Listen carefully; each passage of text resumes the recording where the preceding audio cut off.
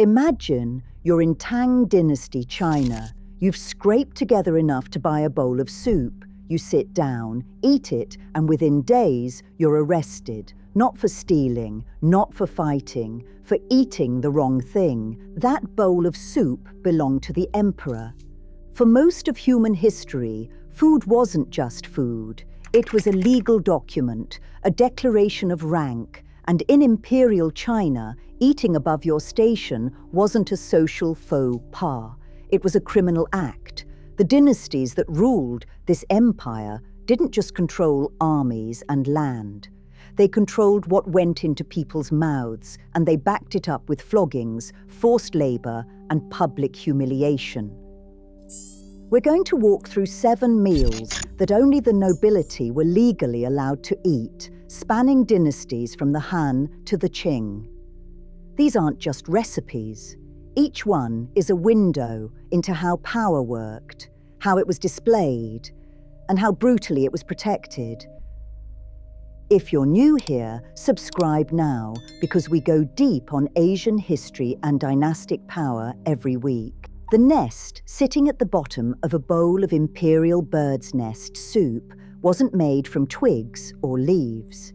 It was built entirely from the dried saliva of a swiftlet, a small bird that nests on sheer vertical cliff faces, sometimes hundreds of feet above the ground. To harvest one of those nests, a man had to climb. No ropes in many cases, no safety equipment, just bare hands on wet rock, reaching into crevices while the wind pulled at him from below. Some men fell.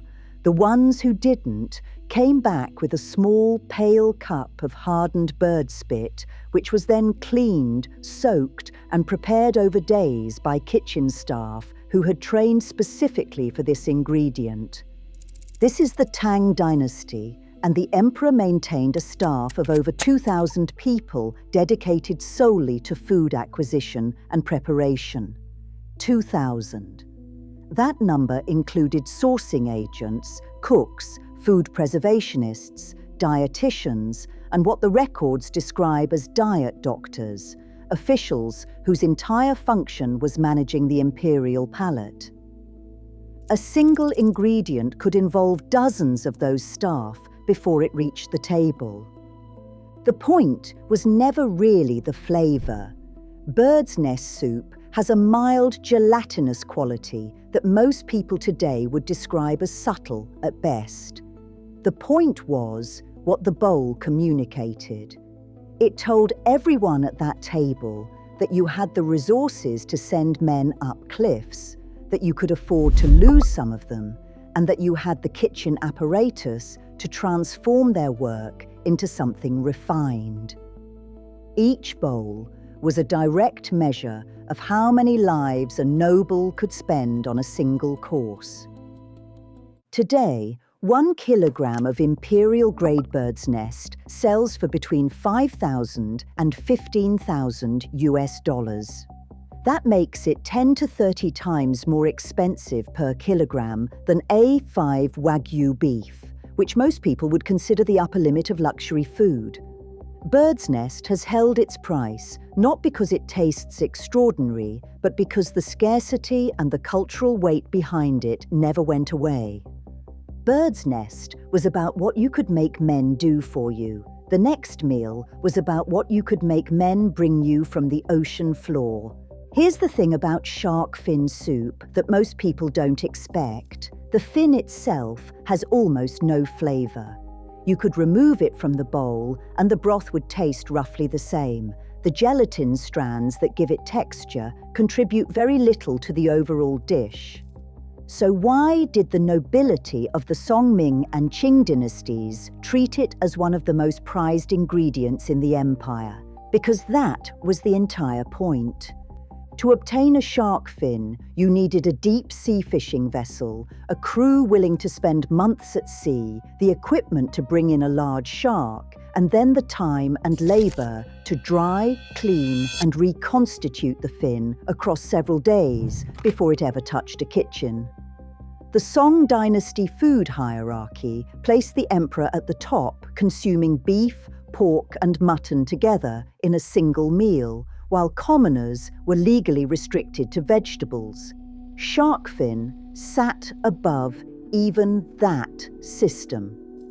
It wasn't just above commoner food, it was above most noble food too. The processing alone was a statement. Fins had to be dried under controlled conditions, soaked for days to soften, then carefully cleaned of skin and cartilage before cooking could begin. That multi-day preparation required dedicated kitchen staff, rare spices sourced from across the empire, and a timeline that only a household with deep resources could sustain. That price collapse tells you something important about how status foods work. When the law stops protecting them, the value evaporates almost overnight. But some ingredients held their position for over 1,000 years, not because of ocean expeditions or cliff harvests, but because of something even harder to fake: time. Bear paw appears in Chinese culinary texts going back to Mencius in the 4th century BC. That's not a dynasty, that's a philosophical tradition. When Mencius wrote about choosing bear paw over fish, he wasn't describing a meal. He was using it as shorthand for the highest possible thing a person could want, something so rare and so costly that most people would never encounter it. That reference stuck in Chinese culture for centuries, and by the time of the Han Dynasty, serving bear paw at a banquet wasn't just a culinary choice, it was a quotation. You were telling your guests that you existed at the level Mencius described. Getting to that table required several things that no commoner could obtain. First, imperial permission to hunt. Bear were not open game. Hunting them required access to imperial land, licensed weapons, and a team of skilled hunters, coordinated across days of tracking. The logistics alone put it beyond reach for anyone outside the nobility. Then came the preparation, and this is where the time signal became impossible to fake. A single bear paw took up to 3 days of slow braising to prepare properly. Not 3 hours. 3 days. Kitchen staff worked in continuous shifts, maintaining temperature, adding spices sourced from across the empire, monitoring the texture as the dense connective tissue gradually broke down into something edible. The fuel, the labor, the rare aromatics, the dedicated kitchen time across 72 hours for a single dish. That was the display, not the bear paw on the plate. The infrastructure required to get it there. Drop a comment below and let us know which of these meals you find most extreme so far, because we're only halfway through and it gets stranger from here. Bear paw was about dominating the land. The next meal was about dominating time itself, and about the language embedded in what you chose to serve. By the time of the Ming Dynasty, the imperial kitchen had developed a formal classification system for the most prized ingredients. They called it the 8 treasures, and 2 items appeared consistently at the top of every version of that list: sea cucumber and abalone. Neither ingredient is subtle in what it costs. High-grade dried sea cucumber today sells for between $40 and $200 per kilogram, with ultra-premium varieties clearing over $1,000. Abalone, at the top of the market, runs higher still. But the price tells only part of the story.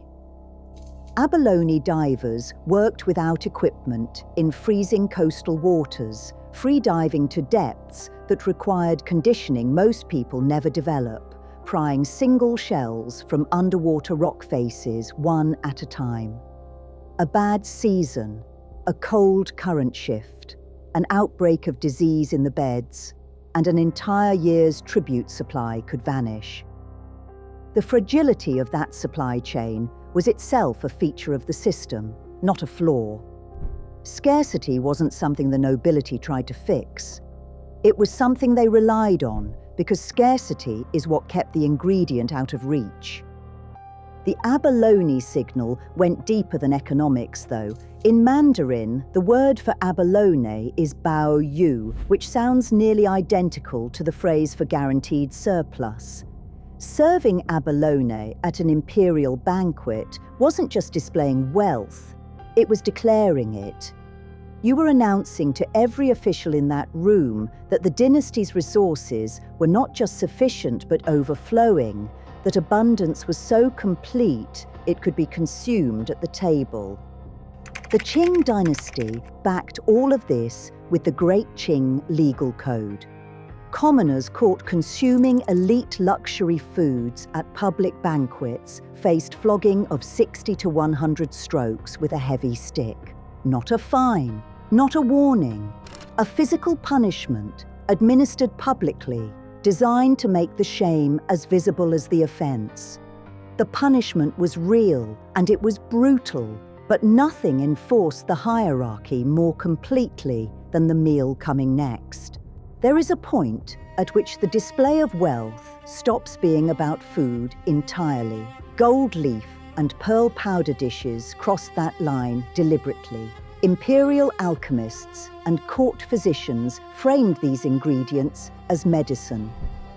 Pearl powder was prescribed for clarity of mind and longevity.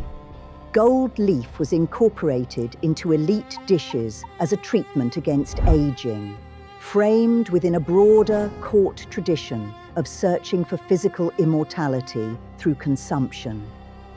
The Tang emperors took this seriously. Among those 2,000 food staff we mentioned earlier, a dedicated group of dietitians and diet doctors existed specifically to source and prepare medicinal luxury dishes. This was a formal bureaucratic function, not a personal indulgence. But strip away the medical framing and what remains is straightforward. You were eating money, literally consuming the Earth's most precious materials in front of other people to signal that you existed on a plane entirely separate from ordinary human experience. Pearl powder today sells for between $100 and $500 per 100 grams.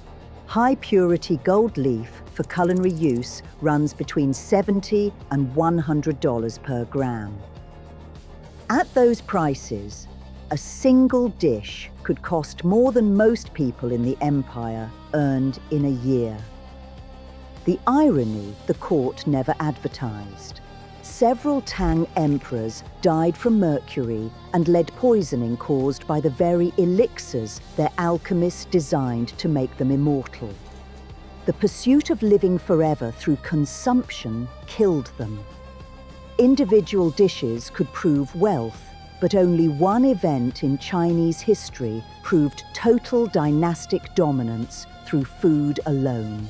Every meal we've covered so far was a single dish, a single statement.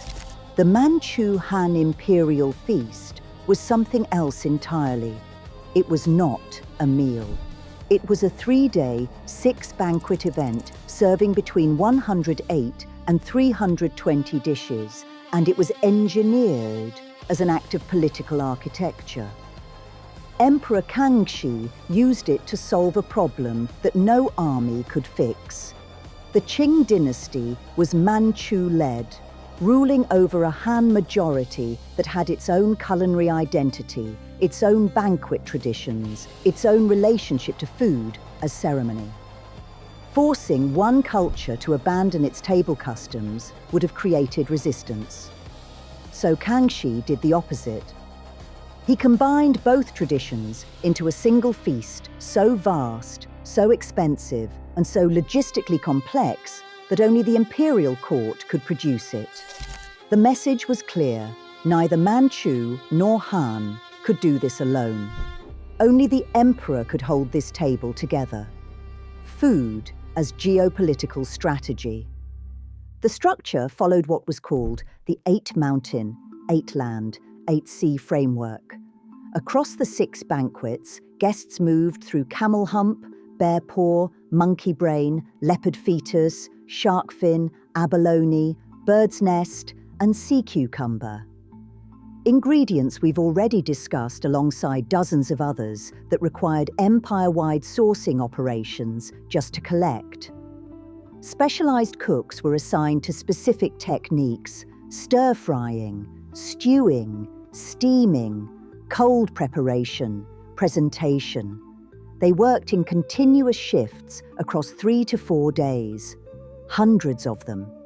The kitchen operation for this feast was larger than the entire government of most cities in the empire at that time. Here's a number that puts it in perspective. A modern Beijing recreation in 2010, using 268 dishes, cost the equivalent of $54,000, and that version was incomplete. No full historical replica of the Manchu Han Imperial Feast has ever been successfully executed because the ingredient list includes animals that are now endangered or legally protected, and the logistical coordination required has never been matched outside of an imperial court with unlimited labor and resources. The feast exists today mostly as a concept, a record of something that happened at a scale the modern world can describe but not replicate. If you want to keep exploring the economics of Asian dynastic power, subscribe now. We go into exactly this kind of depth every week. Attendance at the feast was itself a signal. You did not request an invitation. You received one, and receiving it told every official in the empire exactly where you stood in the hierarchy. Eating this food without imperial sanction wasn't just a social transgression. It was a direct challenge to the throne, and the Qing court treated it accordingly. Repeated violations of sumptuary laws, particularly those involving merchants trying to use wealth to imitate noble consumption, could result in penal servitude of 1 to 3 years. But the records suggest the physical punishment mattered less than the public nature of it. A magistrate's correction in front of your community meant your status claim was not just rejected, it was erased. That's what these 7 meals were, taken together.